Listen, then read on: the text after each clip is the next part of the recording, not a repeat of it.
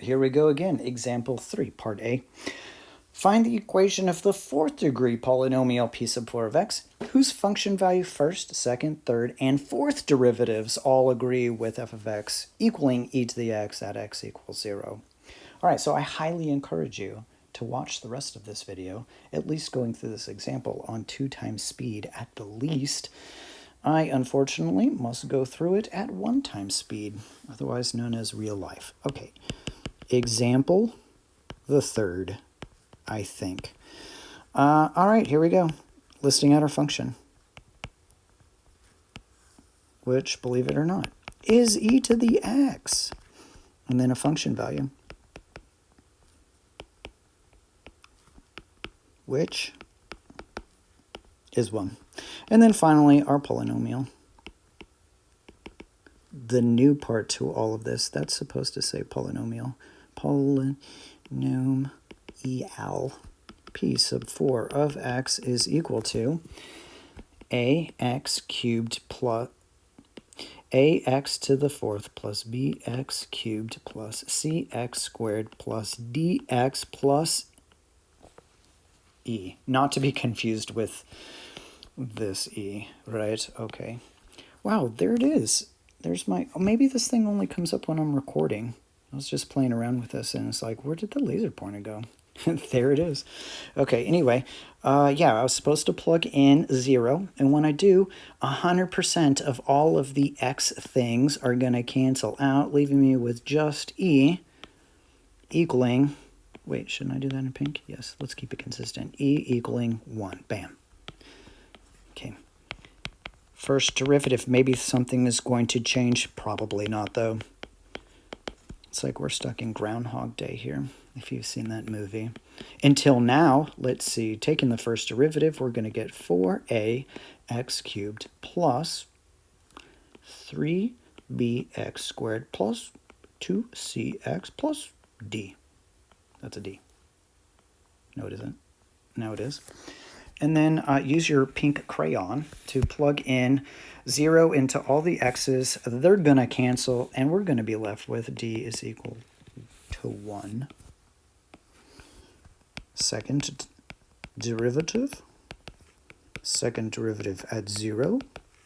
And then the second derivative of our Taylor polynomial. So here's where I'm going to start trying to model this process here. So whenever I go to take the derivative, I'm going to have the 4 that's right up front, and then I'm going to multiply it times the 3, which, of course, is 12, but I'm not going to write it that way. I'm going to write it as 4 times 3ax squared plus, and then I would be doing the same thing with the 3 and the 2, which is 6, of course, but I'm going to write it as a 3 times 2bx. And then, really, this is 2 times 1, the understood 1 leapfrogs down, 1 times c. And then the d is gone, right? Of course. I mean, I wrote those things out for a very specific reason, but now I'm going to go ahead and simplify it. X squared plus 6b, which one's the 6? Which one's the b? Plus 2c. All right, we will plug in 0. When we plug in 0, the only thing that's going to be left is 2c equaling 1, which means that c is equal to a half. Again, everything is playing out exactly as intended, exactly as expected. Let's try another one. Third degree, e to the x.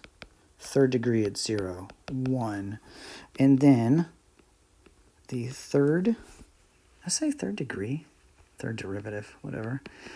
Okay, so again, I'm going to go back to just listing these things out. So I had the 4, I had the 3, and I'm going to leapfrog the 2 down times ax. Okay, plus I had the 3, I had the 2, I'm going to leapfrog the 1 down times the b. And then the c stuff is gone. No, the c stuff is not. Yes, it is. It's a constant. C stuff is totally gone. All right, and then, you know, multiplying this thing out, let's see, 24 ax plus 6b.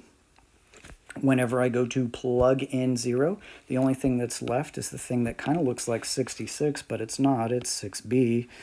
is equaling 1, which means that b, as expected, is 1/6. Okay, one more time. We're almost there. Sit tight. The fourth derivative, remember the fourth derivative we put in parentheses right up there. Anything bigger than 3 we put in parentheses for the number of the derivative. And the fourth derivative evaluated at 0 is not 0. Try that again. That's 1. And now, when I find the fourth, the fourth derivative of the fourth degree Taylor polynomial, I'm going to get, again, I'm going to write it out. 4 times 3 times 2 times, leapfrog that 1 down, times a, right? And then, expand, or not expanding, but condensing this all down, I get really 24a. And if I were to plug in 0, I only get 24a. 24a being equal to,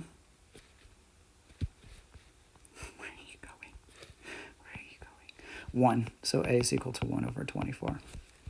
Okay, did you get it? Did you pick up on it? I'm not going to spoil it for you yet if you did not pick up on it, but I'm totally going to spoil it for you in a minute. Okay, so here's our fourth degree Taylor poly. P sub 4 written in reverse order. I got 1 plus 1x plus 1/2 x squared plus 1/6 x cubed. Again, all of that is completely the same as the third degree polynomial. We just added one little extra piece of accuracy, which was 1 over 24 x to the fourth. Box it. It's perfect. It's beautiful. Okay, so here's... What? Okay, all right. I see how you're playing. I'm going to box it one more time because the first time it didn't work. Okay, so now my challenge to you is, without doing all of this work, because look at it, my gosh, without doing all that work, can you guess what the fifth degree Taylor polynomial is going to be?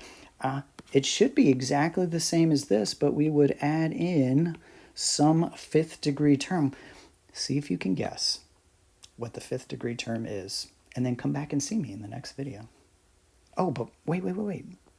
Before we do, let's take a look at that graph for this one. Whoop! It's the one that's in pink. So it's going to hug that original purple graph, which is e to the x, much, much closer, right? They're getting really, really close and personal. Okay, so like I said, in the next video, that's when we're going to try to wrap it up. That's when we're going to try to kind of refine the process so that we don't have to do all of that work in order to find any certain degree Taylor polynomial.